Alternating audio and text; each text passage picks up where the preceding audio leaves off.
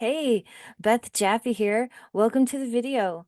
Um, got a magic wand, and when I wave it, it helps me sing brilliantly and imperfect also, because this is a raw and real video, and I hope you will stay after the song for some context.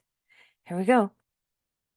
On the first day of Christmas, adoption gave to me uncomfortable conversations. On the second day of Christmas, adoption gave to me two broken hearts and uncomfortable conversations. On the third day of Christmas, adoption gave to me three lost jobs, two broken hearts, and uncomfortable conversations.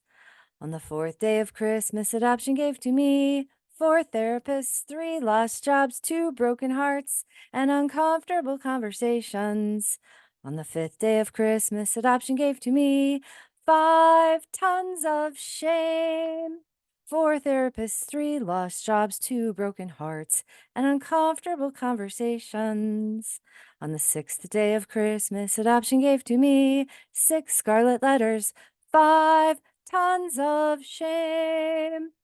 Four therapists, three lost jobs, two broken hearts, and uncomfortable conversations. On the seventh day of Christmas, adoption gave to me 7 kinds of trauma, 6 scarlet letters, 5 tons of shame. Four therapists, three lost jobs, two broken hearts, and uncomfortable conversations. On the eighth day of Christmas, adoption gave to me 8 barrels of loss, 7 kinds of trauma, 6 scarlet letters, 5 tons of shame. Four therapists, three lost jobs, two broken hearts, and uncomfortable conversations.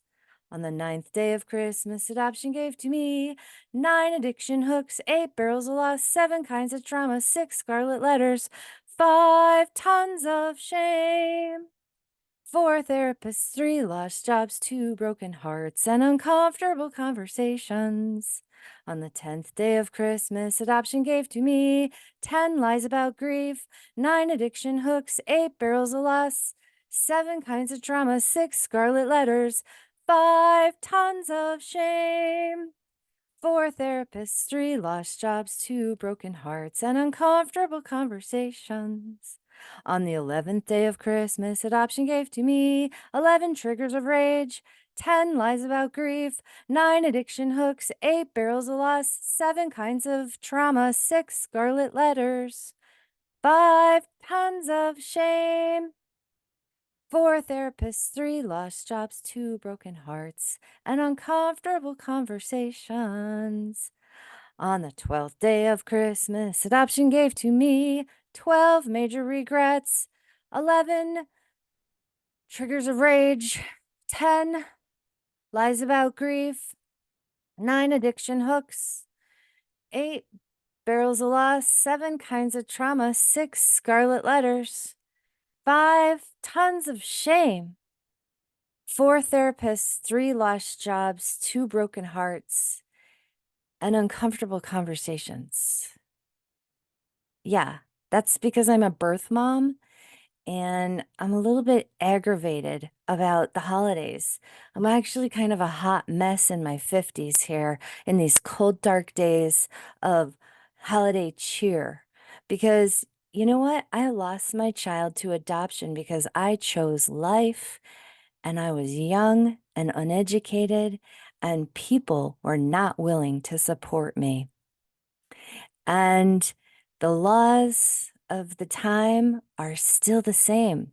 There's no protections from adoption professionals and lawyers, from lying to women to relinquish manipulative, intentional processes that help women relinquish their parental rights after they experience the burden of parenthood. And also, they're so dumb and young, they don't even know how beautiful it is to give birth and how wonderful it is. And sometimes they're older and they know, and it's even more heartbreaking. And it's because they don't have money and resources. And the Supreme Court is really wrong Just totally, completely wrong because you get the burden of parenthood without any of the joys when you're a birth parent. And 3 adoptive parents on the US Supreme Court. And one of them said that adoption obviates the need for abortion. And another one of them said that, uh, reminder, hey, the domestic infant supply is very low and adoption will solve this. And so we don't want people having abortions. And you know what? They really got it wrong when they forgot about the separation of church and state. And that freedom is an important value for a free society. And I was free to believe my truth, and the church was free to not support me or support me. Um, I believe that my son's soul entered his body when he had the breath of life after birth. It was beautiful. It was amazing. And I love him very much and I miss him terribly. And I've even gotten to meet him. And reunion doesn't solve the hot mess that is adoption. So I think that people need to be a lot more compassionate.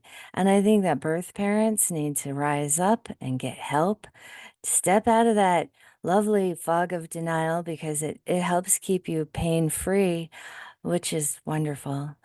Um, but gotta stare down the face of that pain to get healed sometimes.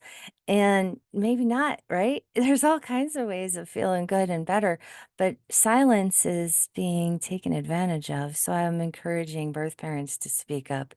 And also, if anybody's interested, they really should listen to adoptees. There's articulate and not articulate adoptees, all kinds of them speaking their truth, and they're every one of them is worth listening to because and they're making movies, doing books, and oh, speaking of books, I wrote a book. It's a memoir, but I'm also a dyslexic. It's taking a long time to get around to publishing. So you have to just come check it out and support the process. BethJaffe.com. And hey, remember, you got to have soft spot for people on hard times because life's too short to allow all this suffering. We are here for more than that. We're here for some fun and good times, and let's have it together. Let's not forget about the birth parents. Just because they're suffering, they're mad and sad, and their stories are so bad.